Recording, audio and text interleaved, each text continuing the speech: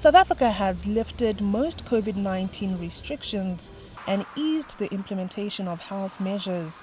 This was attributed to South Africa's accessible, effective treatment approaches and the availability of COVID-19 vaccines. Government agency National Institute of Communicable Diseases believes that easing health measures will not lead to the increase of COVID-19 infections in South Africa, as hospitalizations and reported deaths have declined.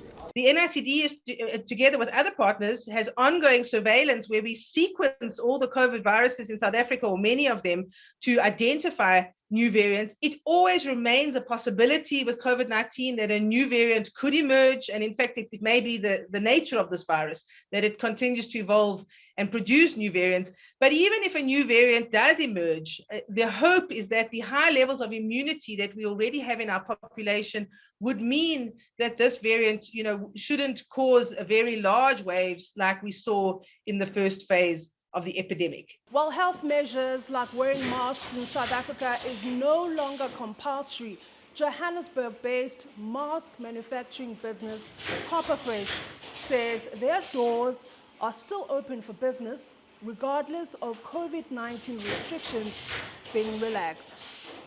Originally, when we got into the business, obviously COVID was the means that we got into the business originally.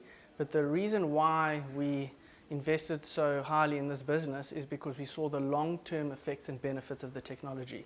So while the copper masks were fantastic and still are fantastic in the fight against COVID, we really saw the long-term gain over here, especially for hospital workers, for medical staff, for those people that are vulnerable. South Africa had recorded the most coronavirus cases and deaths on the African continent, with over 3.9 million confirmed infections and more than 100,000 deaths.